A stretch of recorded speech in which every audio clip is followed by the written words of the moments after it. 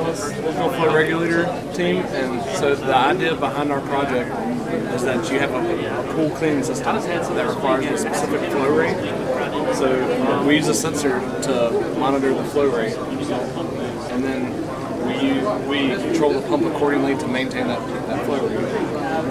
And come over here, this is the pump, and it's controlled using this device, and it's set for specific cleaners.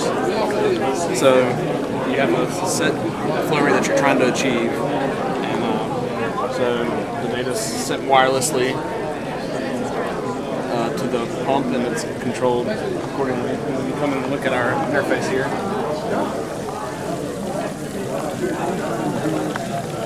So here's the target flow rate. You can kind of see what we're achieving there, and that's essentially it. We're maintaining it. You can change the pump accordingly, and it'll have a different flow rate, and you can actually watch it obtain the flow rate fairly quickly. Yeah, that's it.